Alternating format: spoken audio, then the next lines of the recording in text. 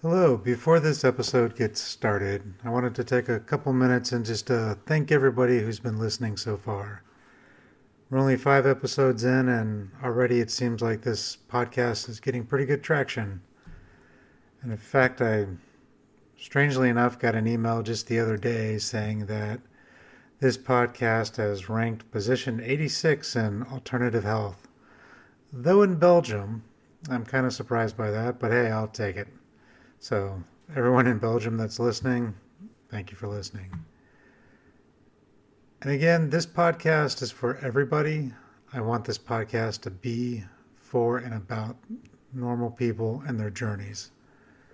So, if you have a journey or you know somebody that would be interesting to interview, send them my way or send me their information. Or hell, just even write it out in an email of your journey if you want me to read it on air. If you don't feel like coming on, that's not a problem either. You can send everything to shamanstoriespodcast@gmail.com, and I'll look at it, respond back to you, and just go from there. But again, I want to thank everybody that's been listening. I hope you've enjoyed it so far. I think it's getting better each episode as we get into it. And, well, enjoy the show.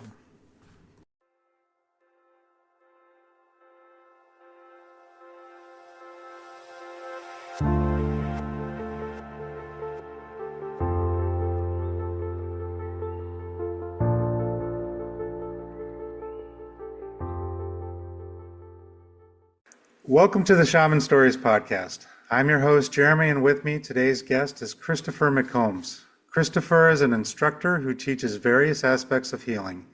He has been teaching all over the world about Shadow Reiki, shamanistic practices, shadow coaching, and sound therapy. Welcome, Christopher. Welcome. Thank you. Okay. And why don't you go ahead and tell the listeners a little bit about yourself and who you are and what you do today? Well, what I do today is work with various people in shamanic practices. I teach Shadow Reiki to students all over the world, and I offer my services pretty much to anybody that is open to the alternatives of sound therapy and Shadow Reiki, but most people don't know what that is, so I really have to spend a lot of time explaining what it is. So it's more about educating people currently than actual work, if you put it that way. Yep. And we'll definitely get into the Shadow Reiki part because I found you online too, and I found it very fascinating. But first, I want to start with your childhood. So that's kind of what this podcast is about, is your journey. So as a child, did you kind of grow up with these practices around the house? Did you learn them over time? Were you a Um, strange kid in school? uh, yeah, I knew, well, actually, my parents knew I was different from when I was born. My mother was in a car accident on Thanksgiving Day, and that kind of caused her to have me, I think 2 weeks premature. So I guess that kind of set the tone for my childhood. Um, I really was in tune to the spirit world. My best friend actually was a ghost that lived in my closet, and I didn't realize it until I was old enough to ask him, what's going on? Why do you always live in my closet? When I was 3, we moved to a house that was an inspiration for a horror film, and I never tell who, or I don't never tell anybody what horror story it inspired, but it was basically a house of horror. Everything that you can think of that could happen happened. I would tell my parents all the time, the witch in the corner hates me, she's going to kill me. And she literally tried 3 times. My one example is my sister was getting ready for school pictures, and I told my mom, and I'm like 4.5, that I'm thirsty. And she's like, well, give me a minute. I'll get you something to drink. And at the time, my mom was doing ceramics. She had a glass of paint thinner on the kitchen counter. I was not tall enough to reach it, but the witch in the corner that I refer to, she handed me that glass and told me to drink it. So I drank it. Last thing I remember is my mom screaming and I blacked out. So my stomach was pumped out, and that was kind of a traumatic experience for me, but it also kind of showed my mom that something wasn't right, not just with me, but the house. And we lived there until I was 9. And something happened to both my parents one night, and they never said, but the next day we moved. I literally was afraid of the dark because of that house. And even being 52 years old, I still have nightmares about that house. When I was 7, I actually ended up in a coma, and they never could figure out exactly why. But when I woke up from it, the doctor's exact words were, he's going to be retarded. We just don't know how bad.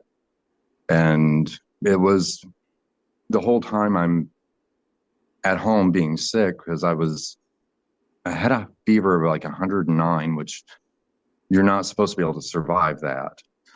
But the witch in the corner kept telling me, I'm finally going to get you.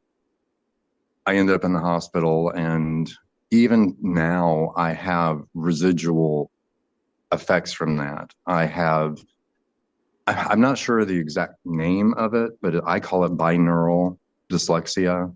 If I cross my left hand over to my right, that is now my right hand. I can actually use it like my right hand, and vice versa. I can write forwards and backwards. I can read forwards and backwards. So it really kind of messed with some things. And when it comes to how my family perceived me, I was always the oddball. I would talk to people that weren't there. I would speak languages that I couldn't have any knowledge of. I would constantly talk about past lives. Like, some of my earliest memories were talking to my mom about when I was a German prince. So, needless to say, most people didn't really like being around me. Um, in elementary school, I was really popular because I could tell ghost stories. But all I had to do was talk about the house and what it did. And it was just thrilling to them, but pretty scary to me. When I was 13, some major things happened. I kind of don't want to get into exactly what happened, but it caused me to want to commit suicide. We lived on a 20-acre farm that had about 11 acres of timber. I went into the woods basically to finish myself off because I just couldn't handle anything else. And I picked up a locust thorn and was about to slit my wrist. And the tree basically hit me with one of its branches and kind of knocked me down. And when I looked up, like trying to figure out who hit me, I heard a voice saying, "You're not supposed to do this. You have things that are going to happen in your life, and it will make sense eventually why you went through everything you've been through. And it's to help others find solace in what they do because they are not alone." So that day, that's when my shamanic journey started. And at that time, this was probably 1983. So there was not hardly any resources around, even in books. I live in central Illinois, so I couldn't find anything. I found like a few references in my textbook about shamanism and the original religions of the world. So I really had to delve deeply into like the spirit teaching of it. And I was spirit taught until I was, 21. No, it was actually 19 when I moved to Chicago. There I met a couple people and the floodgates opened, and all of a sudden everything started to make sense. And it was about that time when the movie Sixth Sense came out. Okay. And that movie really kind of like, oh, that's what was really going on. So a lot of things really clicked in the early 90s for me. And I ended up coming across 3 different shamans and Native Americans that worked with me. And one was Apache, and another one was Lakota, and the other one, I forget what tradition he followed, but he could only teach me for a couple of months before his elders said, no, you can't do that anymore. He's too white. So I ended up over all the way through till 2000 searching through shamanism and learning through the Aboriginal Australian works, Eskimo. I had some Samai influence and the Norse tradition, but it took a long time to really get myself to where I could do what I was supposed to do. Because when you're kind of mismatching all these different traditions, because I would follow a path and it's like, well, and then all of a sudden it's like, no, you're not supposed to follow this. You're just supposed to learn this part. Now you need to take this path and learn this, and then you have to figure it out on your own. So I've had teachers, but I've always been spirit taught, which if you've ever have gone through that, it's kind of hard. It's like having to find your way through a maze. But in 2012, again, my life changed very drastically. I ended up selling my house that I built and swore to God I was going to die in that house. But I had to move, and I bought a church in this rinky-dink little town. And when I moved there, it was kind of an unusual building. I've never met or come across a church with so many spirits left in it. It was kind of the perfect breeding ground for me to find Shadow Reiki, because it was here that the spirits of Rose and Ellen were waiting for me. I kind of didn't know what they were wanting or what they were even trying to talk to me about, but Ellen was kind of my guide through the underworld. Rose was more of the one who communicated through me. She would write, and she would write in Hungarian, she would write in Latin and Italian, but she would always write it backwards. So everything she wrote, which I had pages and pages, I'd have to literally have a mirror, take pictures, translate it, and then have it sent back to me. And it came out that they were all talking about this tradition that has existed on Earth since the very beginning of Shadow Reiki. And when it came to that, it's like, I don't know what that is. And so over the course of 10 years, they worked with me, showed me all of the various symbols. And even now I'm getting new symbols. It got to the point where I was sitting there one day and it's like, you need to teach people this, because now things are changing in the world and it's going to be needed like it was on the other planets. And I was like, what other planets are you talking about? And then that's when they finally told me the history of it, of it's kind of in a nutshell, Shadow Reiki comes from various planets, and it's kind of like the last saving grace that these planets have. And that's why it was brought forward now, because we are kind of at a point where the evolution of the planet and the spirits are all kind of like freaking out, because we're kind of, humanity itself is kind of spiraling out of control. So that's where we are now. Kind of a long-winded history, but No, it's fascinating though. I've had people come to me who are open and can see stuff, and they ask me like, "How do I shut it down?" And I'm like, "I don't know," because I don't have that ability. I don't have that power or whatever you want to call it to see spirits in that way. When I'm in a session with someone, things will come in and I know they're there, but then once the session's over and I close things down, I don't see anything. I don't interact with anything. Occasionally, I might feel a presence, and I'm getting more in tune with that. But growing up, I was definitely locked up, shut down. I wasn't open to anything. And I can't even imagine being 3 and talking to, a spirit in my closet, let alone a witch trying to kill me. Like, I mean, did you have any other family members who were also that open, or was it just you? my grandmother, she was one of those that was open to it, and she tried to work with me. But when she would, uh, negative crap would come through. Like, we would sit down and do the Ouija board together, and it scared her to the Mhm. point where, like, whatever was coming through me was uncontrolled.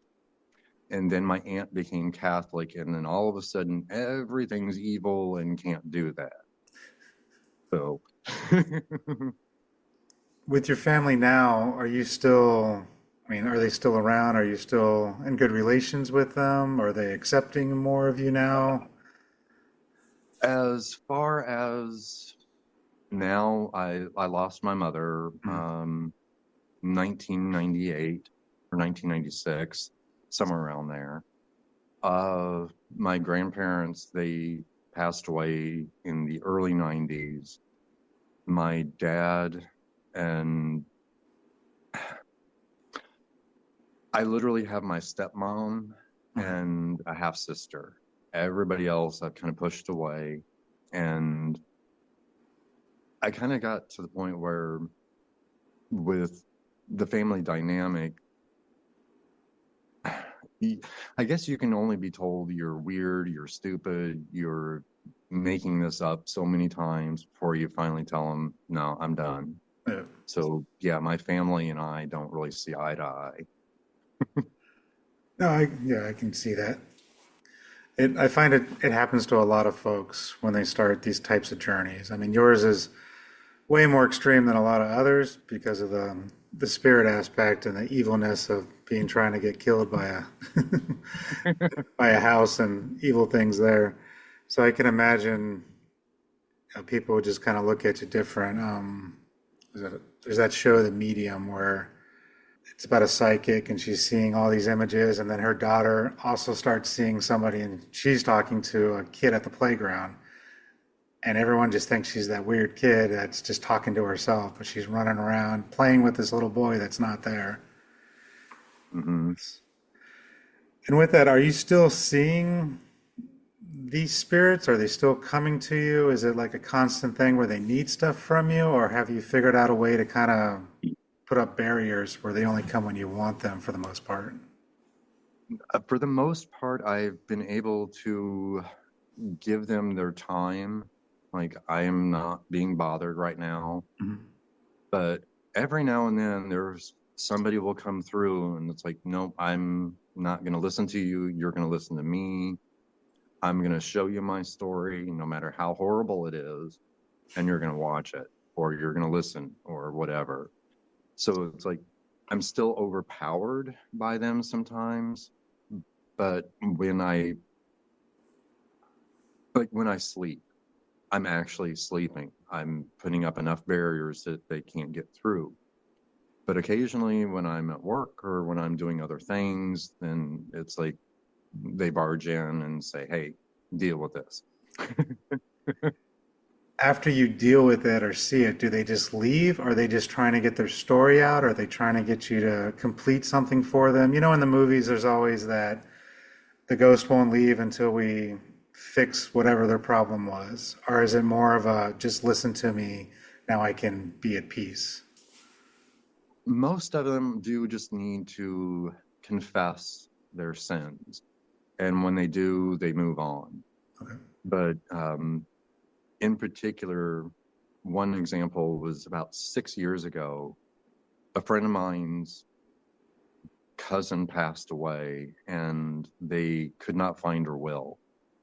I kept having somebody at my house knocking stuff over, and I kind of trying to ignore it. And finally, it's like, okay, who are you? What do you want? So I sat down and wrote, and I didn't even know who it was. And I ended up telling my friend, which her name's Dawn, me and her talk about everything. And she's like, well, so and so's has been looking for somebody's will, and it sounds like this is what there's for her. So she relayed the messages, and it's, oh my God, it was exactly where you said. So sometimes I don't even know what the messages are about, and I'll just say it to somebody else. Like a couple of years ago, I kept getting this name and this information, and I put it on Facebook, and it's like, okay, there. And then that person's like, yeah, that's me, and that's what happened. So thank you for the message. And sometimes I'll get things like somebody, a spirit will come in and say, well, you need to tell this and say this and that and do this. And it's like, no, I can't. How am I going to just go up to somebody and blurt out this information you just told me? You'll have to figure out another way. So I've learned that not everything they say is for everybody's highest good. Mm. And sometimes it's just, you kind of have to pick and choose your battles. What advice would you give to someone who's listening now that is as open as you are and doesn't know what to do with it? Oh, it's going to take time, and you can really try to shut it down. But my personal experience of shutting them down, it actually makes it worse. So my best advice is to protect yourself energetically. Use whatever stones, whatever prayers, mantras, whatever, to protect yourself. Let them talk, let them do whatever they're going to do, and tell yourself, this is their story. It's not mine. I will do with whatever information they give me. I'll do with it what I can. And if I can't do anything with it, I'm going to let it go. Mm. Because sometimes it's going to be overwhelming until you learn to just kind of let it pass through you. Like you said, where once the session's over, it's done. Yeah. So it's kind of like you have to learn to let everything kind of go, and it's not your stuff. And sometimes as an empath, especially other people, they try to take on other people's emotions and negativity, and it can really, really weigh you down. Yeah, I've seen that a lot with people. Like, Mm, I always tell them, just go do some grounding, try to get recentered, find what works for you, because it's hard to give exact advice because obviously everyone's different. More people are more open, more people can ground easier, more people are more in tune with what's theirs and what's not theirs. But no, that's good advice because I'm always curious what to tell people. I've had a few clients come in over this past year with, I just can't shut it down. These ghosts are coming to me. I think I'm possessed, and like, I don't know how to tell you to get rid of them. Like, I can try to do some clearing for you, but I can't stop you from seeing people at the grocery store that shouldn't be there anymore. Yeah. And situations like that, I recently I went to the hospital. I was actually there for just a blood test, and there was this woman in a hospital gown screaming at the nurse. And it's like, I told, kind of like snuck over and kind of leaned and looked at a pamphlet and told her, whispered to her, the nurse isn't going to hear you. So whatever you need, tell me, and I'll see what I can do. So then the next time I went, which was a couple of weeks later, she wasn't there. So apparently she moved on. Interesting. So just giving a spirit an ear may just be all they need. So, And do you find that they're contained to one location? So there's that TV show Ghost where when they die in that certain location, they stay in that location. It's a comedy show, but every now there's that one ghost in the show that can actually leave, but he can only leave for so long, then he has to come back. Or do you find it's like that, or is it more they're kind of contained to the area that they passed?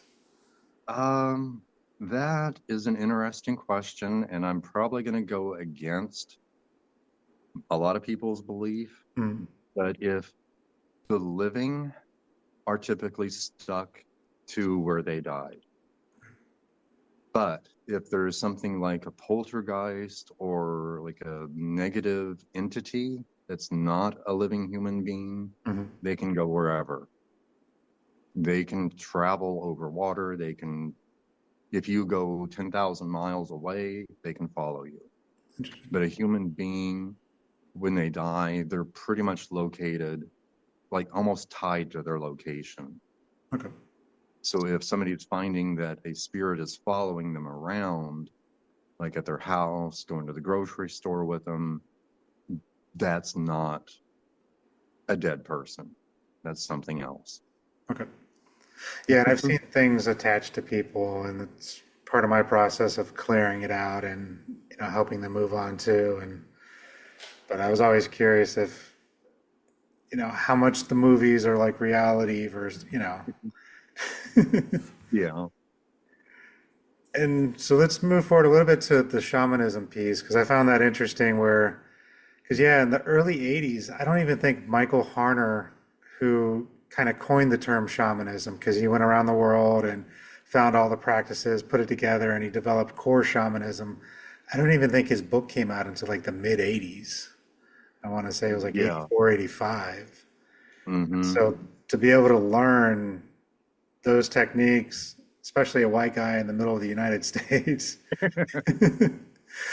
is not super easy. And I mean, I found a lot of the indigenous cultures they're open more now to sharing a little bit more because everyone feels like now is the time, but they're still closed off because they have their own traditions and their own practices, which I can agree with.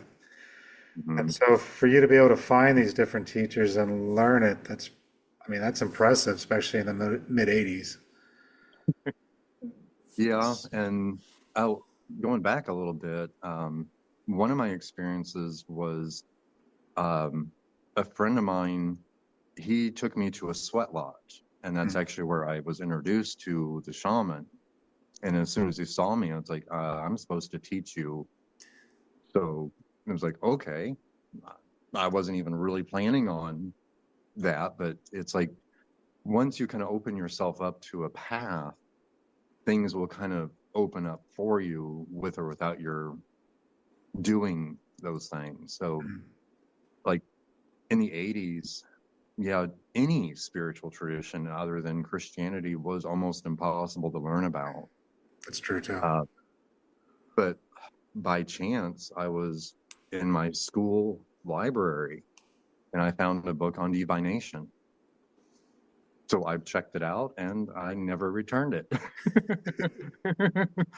But I had memorized every word in that book because that was like my religion at the time because I had no other resources. And so let's move on to the Shadow Reiki because I found that interesting. That's actually how I found you. So I had this weird desire that I needed to start doing some shadow work, and I'm looking around online, and then I saw Shadow Reiki, and I'm also a Reiki master and a shamanic practitioner, and I'm like, well, what is this? I've never heard of Shadow Reiki. How does this work? But there's so Right. many labels to Reiki now, where I was like, let's check it out, see how it is. And I was actually, I'm still going through all the exercises. I'm still trying to work my way through the symbols and everything, but I found it really interesting, and that's kind of the reason I reached out to you too. Is let's talk a little bit more about this. And so, Yeah. you kind of explained how you met the spirit, Rose and Ellen. Just kind of go, if you can, go in a little more detail about Shadow Reiki, what it is, how you eventually made it what it is today. Well, the story behind it of just my practice is I was trying to find a way that would actually help. 'Cause I do paranormal investigations, my spirit crap from my childhood that kind of led me to try to figure out how to help the other side in ways that traditional work was not working. I'm not a licensed exorcist or whatever that term is for. So getting rid of spirits, especially negative ones, was way harder than it should have been. Hmm. And you can only put so much faith in holy water and prayers that you personally don't believe in. But when you have to literally get pushed off the ladder by somebody and you blow up at them, that chases them away, but then they come back. So everything that I was doing was just a band-aid Hmm. for what I was trying to do. And so through working with the shamanism, that kind of got me a little closer to being able to get rid of entities. But again, I was finding that they'd still come back, or it would take weeks and weeks and all this effort and energy, and I'd end up getting sick from doing it. So using Shadow Reiki kind of cuts a lot of that effort, a lot of that time, and a lot of that energy down to literally a few seconds, a few minutes, maybe an hour at the most. So doing the whole traditional work for me, it's, I wish I could say I do a more personal practice than I do, but I do attunements Hmm. pretty much every day. So my time for Shadow Reiki is spent doing the attunements. Originally, I would practice it personally every day for about an hour, and I would be calling on whatever spirits needed help. And I would do some of the symbols and a couple of, well, going back, the experience of trying to figure out what the symbols did, I was, a lot of times I would told the name of the symbol and how to do it, but I was never explained, okay, this is what the symbol's for. Or I would be given the symbol and the explanation, but not the name. Hmm. So I would have to kind of piece together the different things. And I utilized my shamanic journeys with Rose and Ellen to figure out, okay, what is the symbol? What does it do? So it was a lot of going back and forth in the conversations. So when people say I was the creator of it, it's like, no, I'm not. I'm a co-creator. Hmm. I'm actually doing what the spirits have told me to do. So my personal practice for the first 10, 12 years was really about finding out what the symbols are and what they did. So I kind of got off track there. So Oh, no, you're fine. uh I forget where were we. The journey of Shadow Reiki and Right. creating it, and the uses for it and how you work with it normally. Okay. So going into the uses of it, like my life had some traumatic experiences, and I did shadow work. I've done past life regressions. I've done the shamanic soul extractions and all of that. And I would still come out okay, but it's like there was always something missing. And one of the aspects of Shadow Reiki was kind of tying in the shamanic work with the traditional Reiki and treating past experiences and trauma. And as I did that, one of the times I was working with a shamanic practitioner in the United Kingdom, and she's like, there's a major soul fragment that you need to replace. And I did it, and she did it. We both worked together, and it was something that I was not expecting. And it sent me into a whirlwind of despair, depression, anxiety for months. And then that's when like the Shadow Reiki was like, okay, remember all these symbols that you were shown.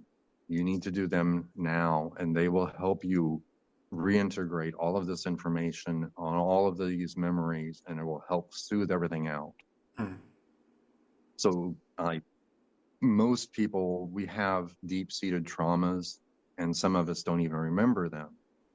If that's the kind of the case, personally, I should say that if you have deep-seated traumas, you really need to work with a therapist or a professional to help you work through this. But Shadow Reiki can be a good supplement to traditional therapy.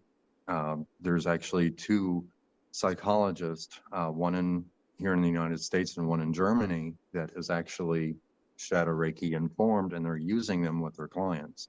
Interesting. And I think in the next couple of years, one of them at least is going to put out a paper on what they're experiencing with Shadow Reiki in their practice. So fingers crossed. But when it comes to location work with Shadow Reiki, I found that works better at getting rid of any kind of negativity, either an entity or the argument that you had with your significant other last night. It actually helps get rid of that negative association. As I've done house cleansing after house cleansing on my house, other people's houses, and a couple of days later, it's like you never even did anything. With Shadow Reiki now in my house, I only get like 1 or 2 visitors a month. I used to have, it actually was so bad that I would have butt prints on any dusty bench in the building. And so it's like, okay, people just come in. Now I don't have that. And with the level 3 in Shadow Reiki, it's really about helping the deceased. And the more I experience with it, it's beneficial for the living, that somebody is doing something for their family members, but it also helps kind of clear out what I call the waiting room. Like some people term it as purgatory, some people call it other things. Every tradition has a different name for it, but it's the spot where souls go to either think about what they've done, what they want to do, what they should have done, what they did wrong, what they did right. So it's not like everybody's going to hell, but it's that place where we kind of go, and that's getting kind of crowded because people don't know to move up into the light. Some people go down, but that's a whole different story. Yeah, that's one thing my teacher Alberto mentioned in our training was like, we don't know how to move people on anymore, and we're so afraid of dying that we just don't want to leave. And so then we just get stuck in our bodies, and then eventually the body disappears, and then we're just stuck in this realm, and we don't move on because we don't know how to anymore. We're just afraid to do it. That's part of my practice too, is doing death rites and trying to clear the soul out of the chakras and move them on to the ancestral plane and just let them get the healing they need where they can.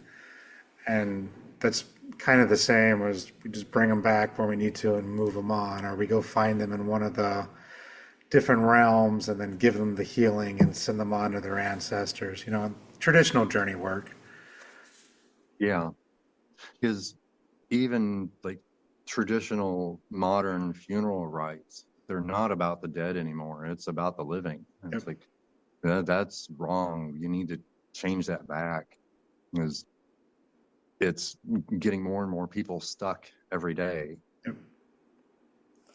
Yeah. Filling the body with chemicals and just letting it sit there. And so it doesn't look bad 3 weeks later when you have the open casket. Like, we need to have a way of saying goodbye and moving on, but accepting it as well. And we're not very good at that, especially with, again, I don't want to talk bad about religions, but some are just, this is where you go or you go here, and there's no other in between. And it's like, but there is. They get Yeah. stuck here. Or even that's one thing my teacher said too, is after we clear the energetic body out of the chakras and we move on the body or the soul, we then close out the chakras with an X. And he was like, if you notice, the Catholic priests, they used to do something similar, but now with the last rites, they just put the X and it's locking that energetic body into the physical body, and now they can't get out. And so then they're even more stuck. And they're not doing it on purpose. It's just some tradition that just got changed over time. And then for quick and ease, they now just do the cross. And, they've lost the true meaning of why they did it, is his Yeah. theory. And then, so when you're doing the clearing with Shadow Reiki, do you find, is there like a limit? Or do you feel like you shouldn't go past a certain barrier? So if you're doing a house clearing, for example, is there a reason not to clear the whole block? Or, is there guidelines or boundaries you kind of put in place on that? Because if you could clear a Actually, city of all of its problems, I mean, you could just go down to Louisiana and just clear everything out of New Orleans and just make it a non-ghosty place. yes. And since you mentioned that, one of the messages that I've received recently now makes sense, because I was told I need to broaden my perspective. And they didn't explain anything beyond that. So, Oh, you're welcome, I guess. but yeah, typically, I guess I work just like this specific location, but I found that my limitation of, like, most people go in with the, like, I'm just going to work on the here and now. Mhm. I work in the future and the past. Like, kind of one of the techniques with Shadow Reiki that's way different is, um, we're actually trying to bar entry of whatever came in. Like, say, in 1845, somebody hung themselves in your house or where the house stands. Mhm. That imprint is going to stick there. And no matter how many high rises, buildings, shopping malls go in that location, he's still there. And you have to kind of go back to like 1812 before that event happened to prevent the energy from sticking. Mhm. So it's almost like your timing is going to go beyond the here and now. So in like journey work, I journey to the past and the future. Kind of one of the things that I kind of had troubles with was like, well, if this particular property has always had an issue, how do we deal with it? And say, well, you got to think outside of the earth. Something could have happened in the location of the earth. So it may be a little atom inside the planet that has a memory from back then. So I've been kind of working on the broader perspective Mhm. and trying to work on the whole planet. And there's some new techniques that are coming through. And actually, I've got some courses that are in the works that are going to kind of cover some of these details of the bigger picture and the outer realms and advanced practices. So I'm kind of being downloaded information on a daily basis, and I'm writing it all down as soon as I can. And the other reason I asked that too is so I have another shamanic friend. He does a lot of, we call them extractions, removing demonic forces from people, clearing their homes, clearing their land. And he's taught me some of his practices, but he also mentions in his teachings you have to be careful of those mass clearings of like large spots of land because that makes you more of a beacon for the darker things to come at you because now you're stepping on their toes, you're clearing their stuff, and it's like we don't want that. And so the more you do these mass clearings, the more brightly you shine, I guess, and they know it's you, and now they start coming towards you instead of doing their own thing. Yes. And that's one of the things that's kind of become in my face. Um, almost 2 weeks ago, I was at work and I was ignoring somebody talking in my ear. And there was somebody talking to me physically. And we both heard, "You need to listen to me now." And we both looked at each other and she's like, "What was that?" And it's like, "Nothing. Never mind. But I'll be right back." So it's like the brighter you are, the worse things are going to get. And the more activity you're going to have around you. And I guess the brighter you get, the more you have to protect yourself. Hmm. It's to the point now when people send me energy, and it's like I don't even feel it because it's not even coming in. So like once a week, it's like, okay, I feel like I'm okay, and I will actually drop all of my guards to kind of recharge. Because I've protected myself to the point of depletion many times because I'm pale all the year long, no matter how much I'm in the sun, because it's like I protect myself so much. And you can't live your life like that. Yeah. So, um, and honestly, when you get super bright, even not even entities will start attacking you. Other people will physically or energetically start attacking you. Well, you're too good, you're too bright, you're too whatever you are. And you just really have to build yourself up Yeah. and ignore those people. I've had situations where a few years ago it would have torn me up because of what they've said or done or whatever. And it's like now it's like, you know what? Don't care because you're not in the level that you're supposed to be at and you're getting mad at me for it. No, that's important to know too with the protection because I meet a lot of people who are I don't want to downgrade them either, and it's hard not to get stuck in that story for my own self. But the ones who are just all love and light only, like there's as long as I love and as long as I shine brightly and as long as I do this specific thing, I'm going to always be protected because I tell them no. And I was like, that doesn't always work though, and it's you need to also be mindful that if you're going to believe in nothing but the light, there's got to be darkness somewhere. And you have to be ready to protect it. You don't need to be paranoid, but you need to set up your protections, your normal things. If you're working with clients, put up your barriers while you're working. That way their stuff doesn't come onto you. I see it all the time. And I would honestly say about 90% of my work is extracting things from people because they left themselves open. And then that's Mm-hmm. when they come and look for the quote unquote shaman. You know, it's like, now you found me. Okay, cool. Let's clear it. Let's work on why you were open in the first place. Send you on your way, and I hope you put up these protections next time. Yeah. Like, like, Yep. but some of them Yeah. don't want to hear it. No. And a lot of people kind of, like you said, they're all into the light. And there is there has to be a balance of light and dark because it's not always light.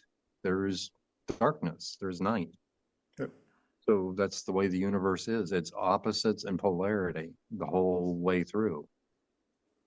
And that's why So it's called shadow work too. It's we're working on the darker aspects of ourselves, even if we're filled with light. It's there is a darkness. We don't need to be super afraid of it. I mean, obviously, if your case, 9 years old, and something's trying to kill you, yes, be afraid of it. But as you grow up and you can deal with it, you put in your protections, you put in your barriers, you're working on it, and it sounds like it's a constant. I don't want to say struggle, but it's a constant thing you have to be mindful of. yeah, it's a constant reminder. But even like when I do my investigations, doing EMFs, I'll hear like, "Are you afraid?" It's like, nope, I'm not, because I know you can't do anything to me without my permission. You can throw things, you can have a tantrum, but you can't hurt me. And even if you do, it's temporary.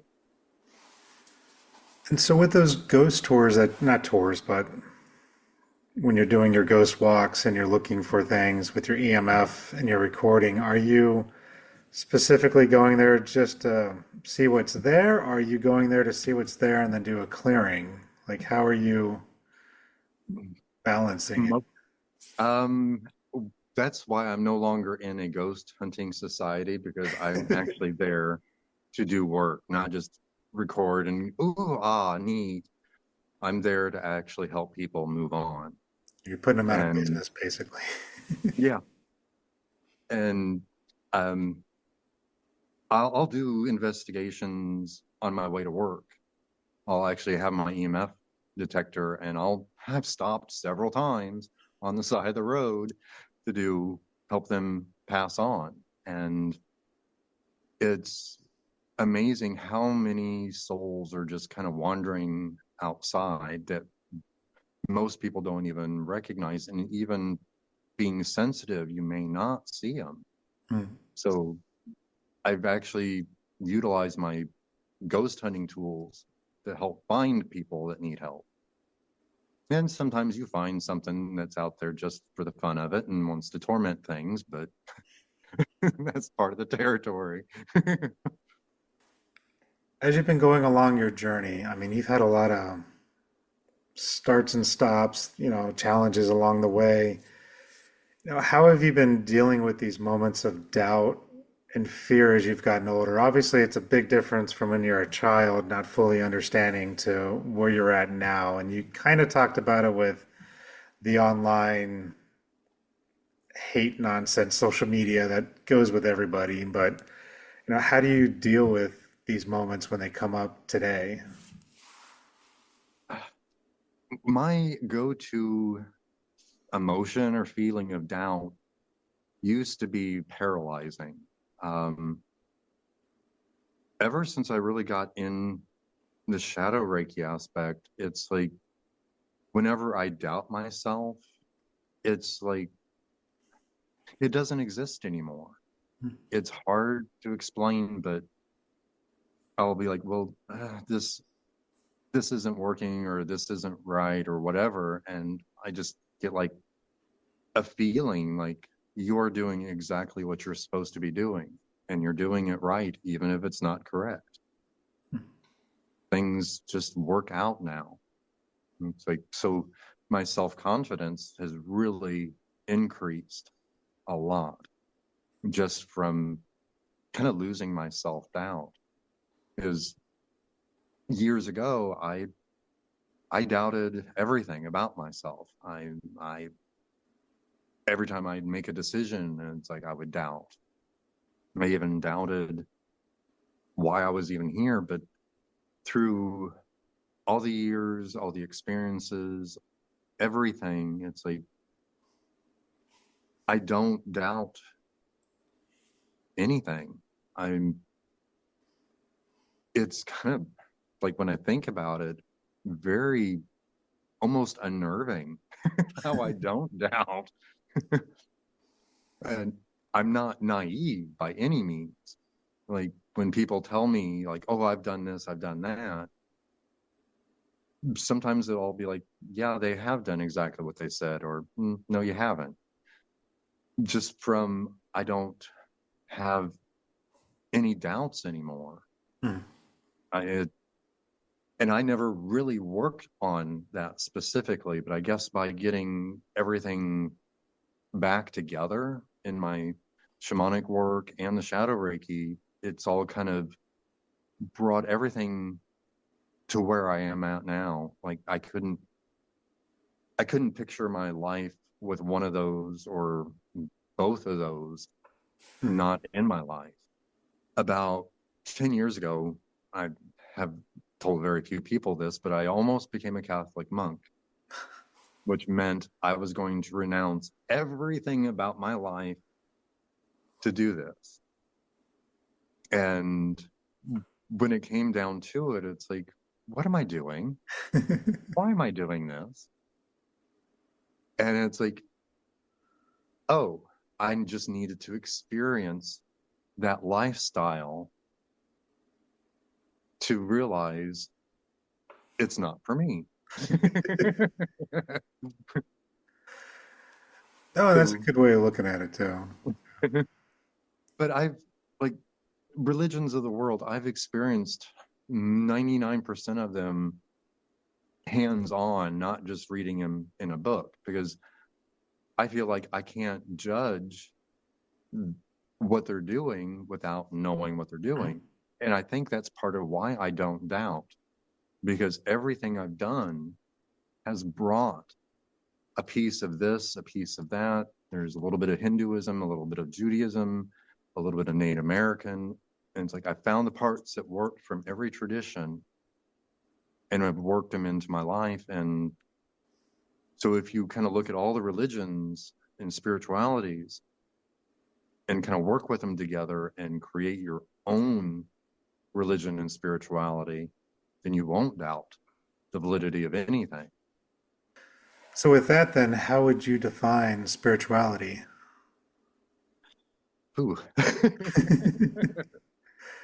It's a little bit of a loaded question, but you know how most religions, spirituality is, there's one creator, there's one God, and there's a hierarchy of some sort. Shamanism, we're kind of all animistic, we're all part of everything. What is your overall definition?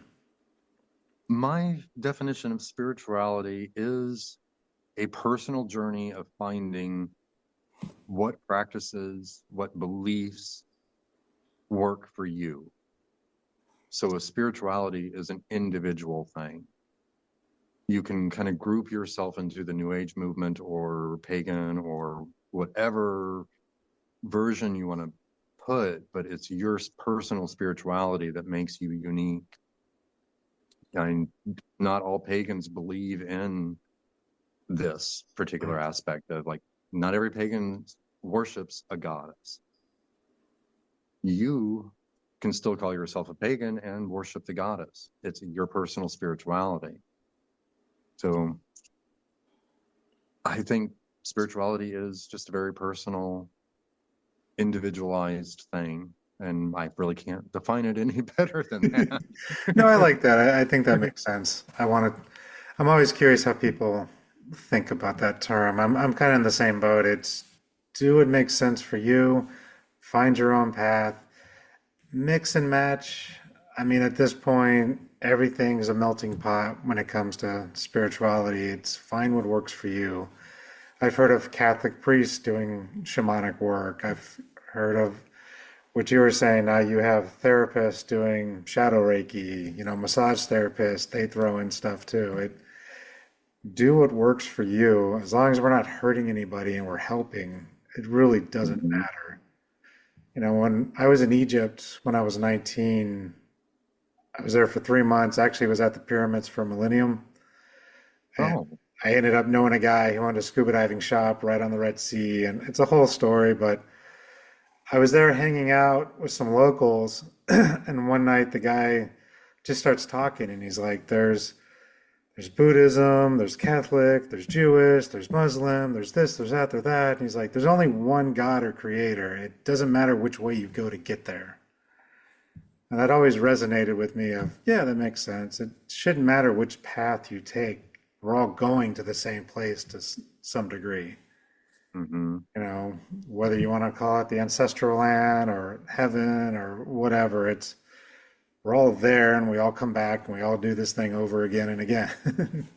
Yeah. Like, and so I want to kind of go on to your other practices. So are you doing anything else besides the Shadow Reiki and shamanism? Do you do Um, anything else like meditation as a constant or mindfulness or well, I've started meditating, geez, in my late teens, early 20s. So meditation for me is kind of evolved. I don't actually sit down and have a meditation practice, hmm, but I try to have every minute of every day be a mindfulness meditation. Like at work, I do my job, I do what I need to, but I'm still mindful of it, what I'm doing.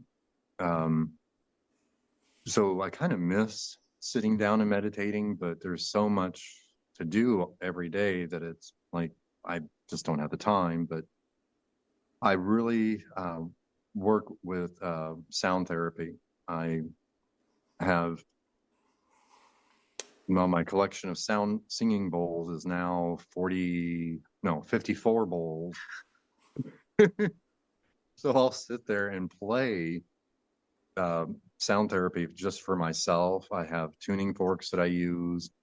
So it's kind of like become my hobby, kind of coming up with different tones and techniques. And I have a YouTube channel. I forget what it's called. I have to go online every time to look at it. So I'll send you the link on yeah. that. I was gonna say send But that to there's, me and we'll add it in the show notes. but I don't record near as much as I would like to.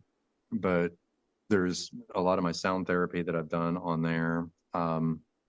There's a student of mine. His name's Derek Higgins. He's on YouTube also on some on TikTok and Facebook. He uses my music for his videos on Shadow Reiki.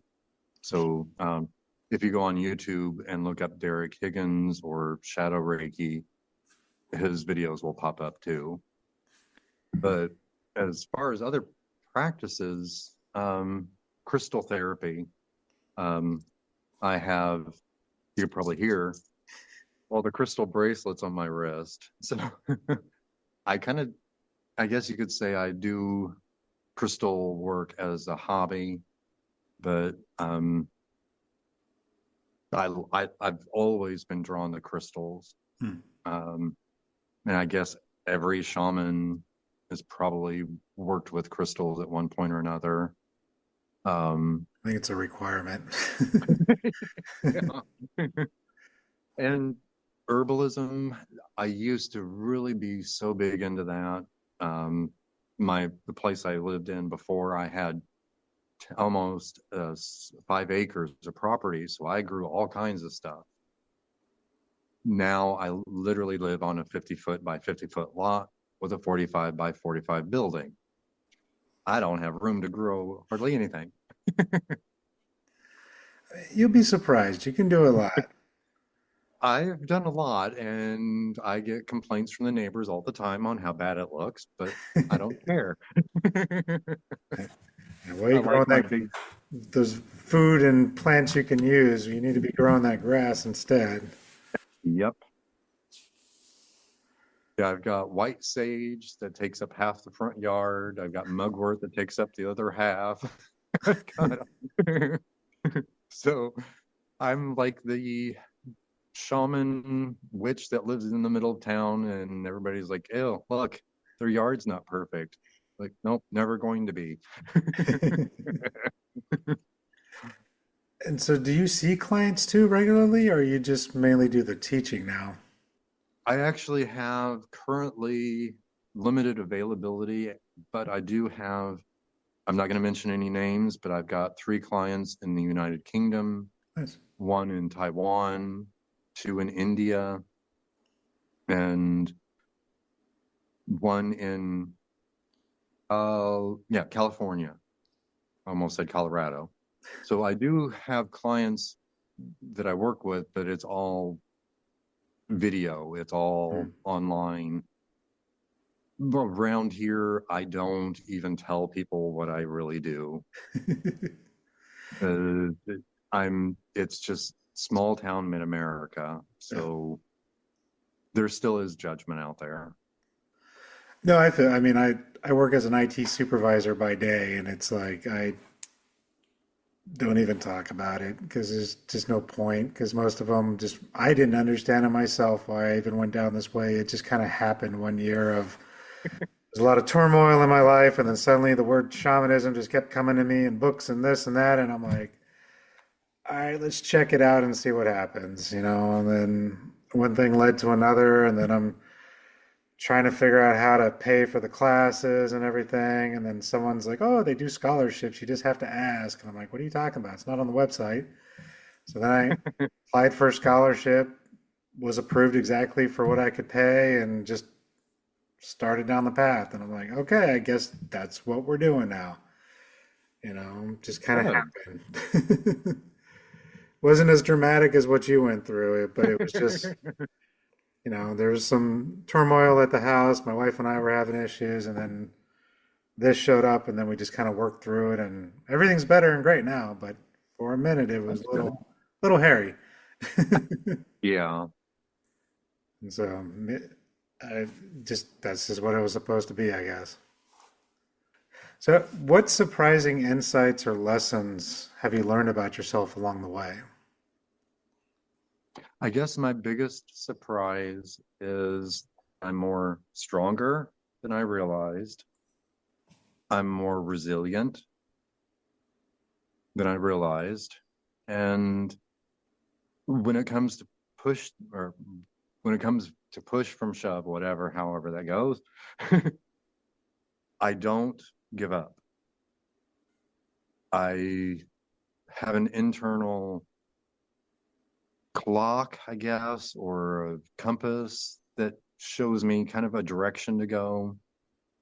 I just do what I set my mind to do. Many people have told me, like, wow, you can do all kinds of things and you do everything really well. It's like, how is that possible? And it's like, well, I want to learn something and I learn it. I don't just, oh, I can't do this and walk away from it. When I set my mind to it, I'm going to master it. Hmm. So I have an inner strength that kind of surprising sometimes. Yeah, but I think retrospect, when you hear about everything you went through and the fact that you're still here and you're still doing stuff and you're still working with these spirits and you're not giving in to everything that they try to do to you, or some of them have. I mean, not all of them are bad, but I mean, that's a lot of resiliency in that story. Yeah. And when it comes to looking back on it, like I kind of don't think about my past a lot. I When I tell my story, it's like there are so many people out there that would either have collapsed or wouldn't have made it or would have ended up in a mental institution for the rest of their lives. Mhm. Like, so yeah, that really takes a lot of strength to deal with that kind of stuff, especially my childhood. So yeah, and I have totally skipped a lot of the worst stuff. So Well, and that just made me think of another question too, of when you see them, do they look like they were before they died, or do they look like they did after they died? Or is it kind of a mix? it's a mix, and it kind of depends on their situation or my perception. I'm not exactly Hmm. sure.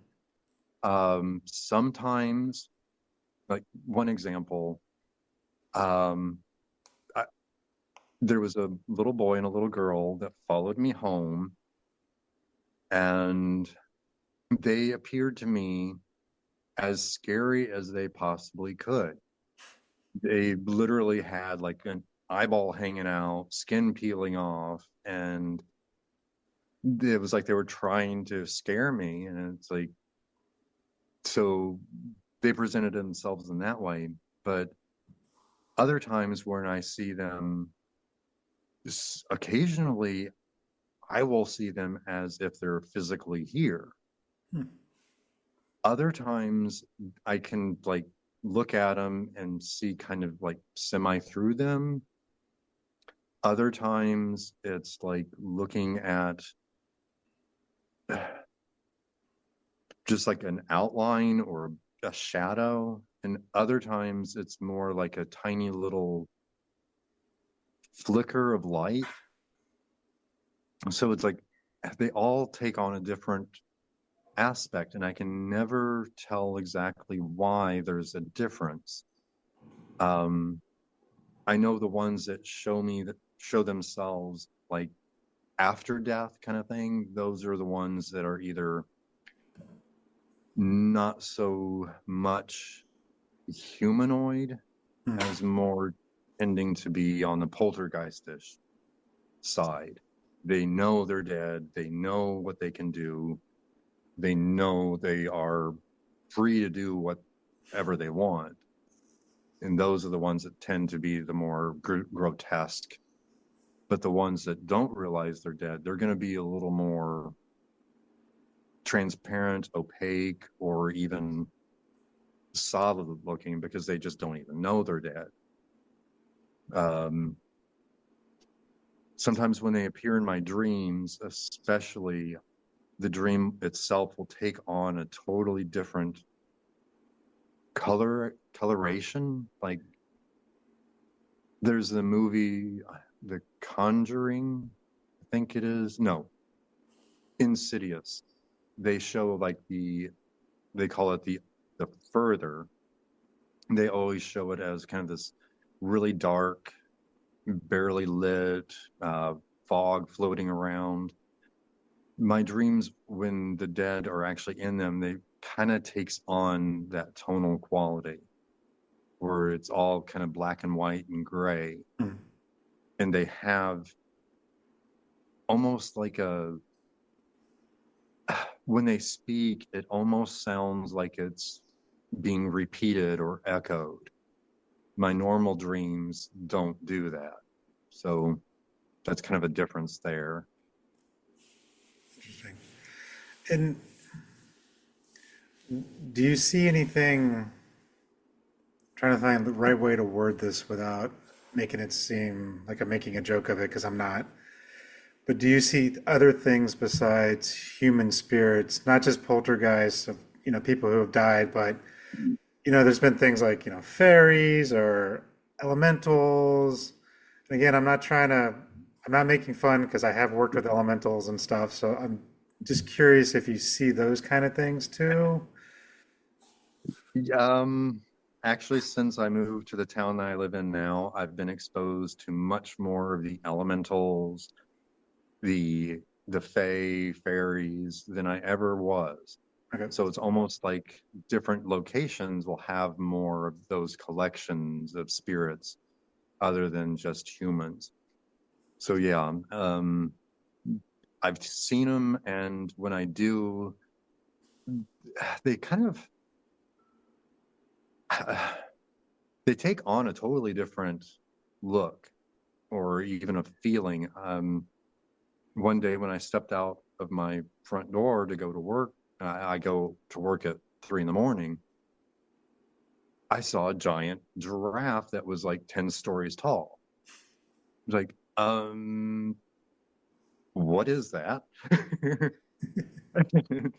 And it's like, oh, well, that's um, one of my spirits said, that's an elemental. You're not used to seeing them. Sometimes they will take shapes that are different. And I was actually at a friend's house, and I accidentally swatted at something flying in front of me. She'd say, "Oh, don't do that. That's a fairy." It's like, "Oh, I'm sorry." It's just floating in my face, and it's like, so yeah, around here there's a lot more than I was ever exposed to. So if people think they're seeing elementals and all that, they, at least in my experience, they won't necessarily speak. They'll Hmm. just make their presence known. But other people will communicate with fairies and fae and all of that. So I'm definitely open to what they may say, but I've never had any direct communication with them, Hmm. Interesting. or at least not that I know of. I mean, who knows? I could be getting messages from elementals thinking it's from an actual spirit. Yeah. Who knows? Okay. No, that's I'm always curious about that stuff because you hear stories about them and you're right, it's all these different towns, usually around like the Appalachian Mountains. There's a lot of lore there, and I think I heard somebody say those mountain ranges, if you were to put the Earth back together, they connect to like the mountain ranges that kind of go through like Ireland and Scotland and like in that area. Like it's a lot of them are underwater now, but it's like it all connects going down through like Germany and stuff. And so a Yeah. lot of people think really it's all connected. A lot of European settlers, when they came over, they found the Appalachians and it was like home. So they just stayed and they brought a lot of their practices with them because of that. And they feel there's a lot of connection to the land on both sides. Yeah. So, and then the next crazy question, but so I have another guy that I've met. He deals with extracting like dark ETs, he calls them dark ETs, aliens that come in and try to mess with people, either clone people or put in different parts and stuff. Have you ever had to run into something like that? Or are you mostly on the Earth side of things? I know Uh, it's an out there question. I'm just curious. well, actually, I've had far more ET experiences than I've let on. Hmm. Um, uh, I have a crystal ball that I use, and I was seeing an image of a gray alien talking.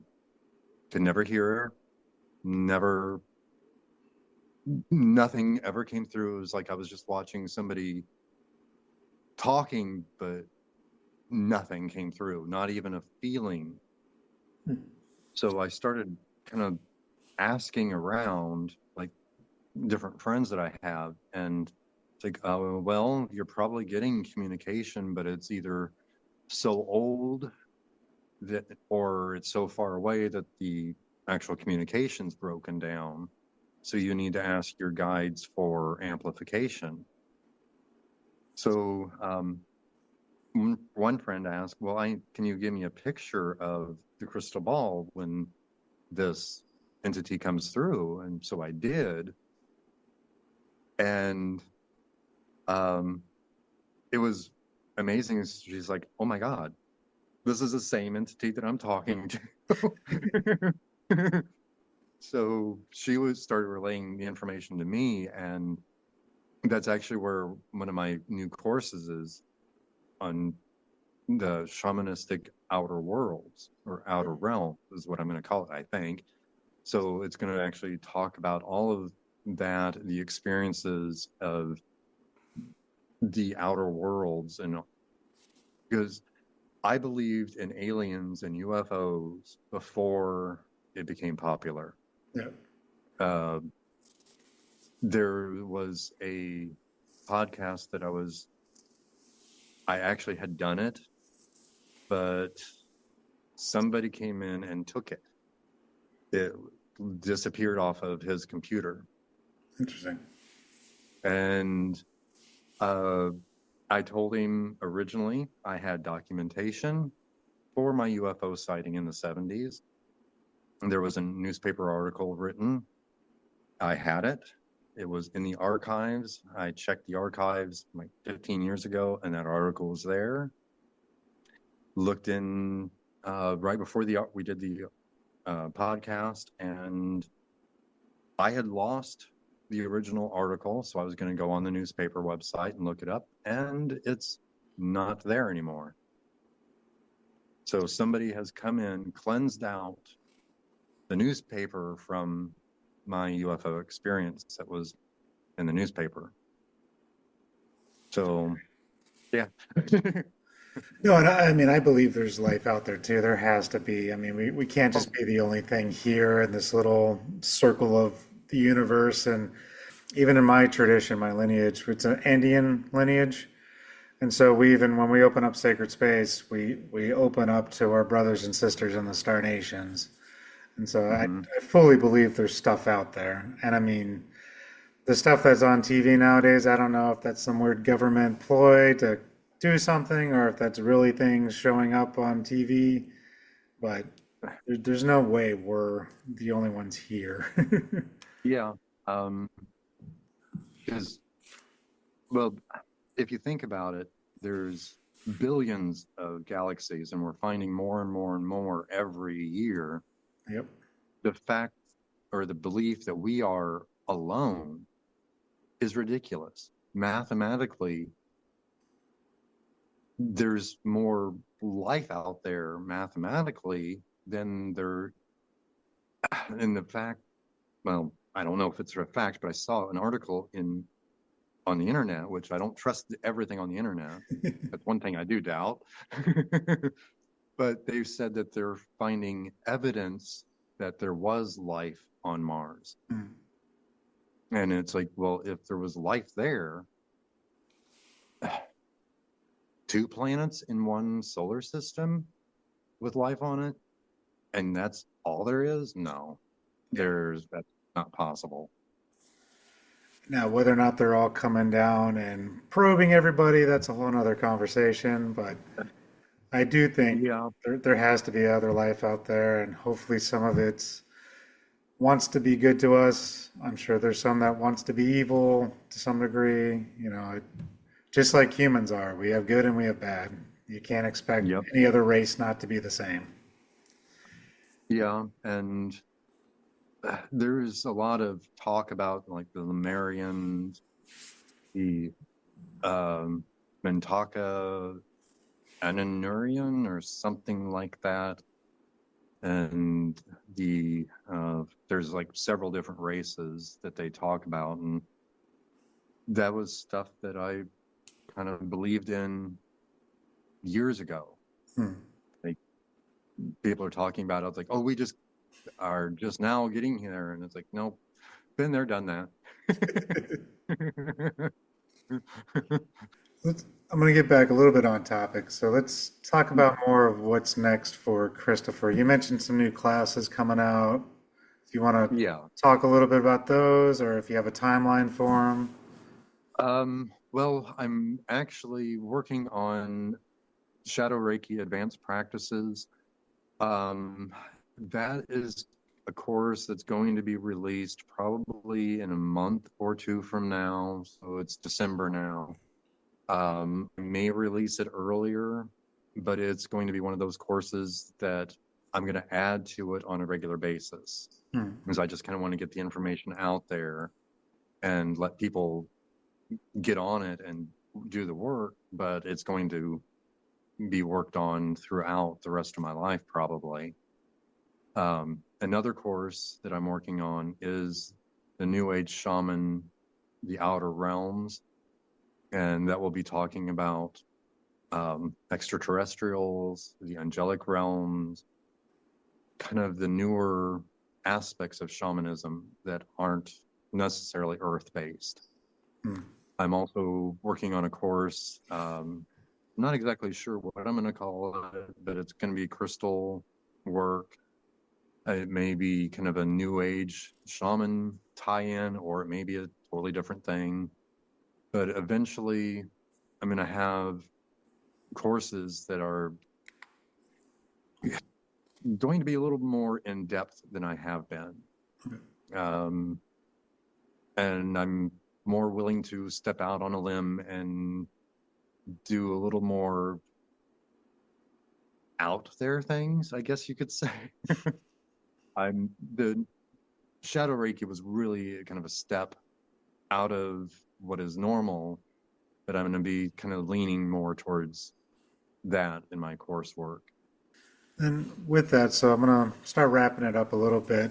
Is there anything else that you would want to share with anybody about your journey or any advice you would want to give people? Basically, my advice for anyone who's wanting to do any kind of anything that's alternative, whatever your heart is telling you, whatever you feel drawn to do, that is what you're supposed to do. Let go of any preconceived notions of what your friends, family are going to think. If it's something that you truly believe you're supposed to do, you need to do it. Because you're going to go through life regretting not doing what you were told or what you wanted to do. When it comes to anything, you really need to follow your heart and follow your intuition, but kind of follow your bliss. Hmm. We are at a point now, we are so wrapped up in fear that you just need to let go of fear and do it. So just let go. Because if I would have followed my own advice years ago, I would have totally been having this conversation 20 years ago. That's the hard thing, though, right? Because you had to go through all of that to finally get to that place. Versus if you Mhm. had told yourself 20 years ago, hey, look, just do this, this, and this, you've been like, yeah, whatever. I probably wouldn't have done it, Uh, but that's that weird catch 22. It's like we have to go through all this crap in order to get to that place, but we really wish we didn't have to go through all the crap. yeah. But some of it was just self-doubt, fear, stepping in. So if I would have just like opened up and let things happen, then I probably would have been a lot faster in my progress. But yeah, It's well said, though. Like you. So yeah, I think that's all the questions I have for today. So I really do appreciate you coming on, man. It's been a really good conversation. It's been fun. yeah, yeah. Well, Um, thank you for having me. why don't you go ahead and let people know where they can find you? I will put your links in the show notes. You do have the Udemy page with all your courses. Do you want the Facebook page or anything like that? Yes, I can be found at Christopher McCombs Facebook. There's several Christopher McCombs. Um, so I'll attach you or give you the link on that, or Mhm. you can add it on there. I'm also on YouTube. Um, that I would, again, I'll have to look it up. So I'll send that link to you too. So Yep. YouTube. I'm working on a Patreon or Patreon page. Um, I'm having troubles with that. So um, we'll skip that one for now, but Okay. maybe down the road, I'll give you that information. So let's see. Yeah, Facebook, YouTube. I'm on Twitter, but I don't do much on there. If you want the Twitter feed, I can give you that as well. Um, yeah, I've had website after website, and I've taken them down, put them back up, taken them down. So I'm not going to give you the website information because No worries. it may not be there when they get there. Whatever's the best way that people can reach you. So it sounds like really just Facebook. And then if they want to look at your courses, they can look at the Udemy. And if they want to reach out to you, you're okay with them messaging you on Facebook and just if they need anything or maybe want your services or want to learn Yeah, more in general. Maybe they're yeah. maybe it's another 15-year-old you that's going through all this and doesn't know how to deal with the spirits and just wants a little bit more help. I mean, that could be a class too for you. like Yeah. like Um, like a Good good idea. protection and learning how to put in your blocks and stuff, because I would love to have someone to send people to for that when they come to me. Okay, that works. That might be And a good also class. in my email, I probably should give you that. Um, so actually my email is chrismccombsheals@gmail.com, and I'll send that to you too. Yep. So that'll be faster than everybody's searching through everything to get to my messenger. Because not everybody has Facebook, so Yeah. my email address would be a good one. Yeah, it's one of those love-hate relationships I know for myself with Facebook. Yeah. Cool. Well, no, that's all I got, man. I really appreciate your time and thank you for coming on. All right. Well, thank you. Thank you. Thank you for listening to this episode of the Shaman Stories podcast. If you have any interest in the services that I provide or the services of my guest, please click the link in the show notes below. Thank you. And until next time, have a good journey.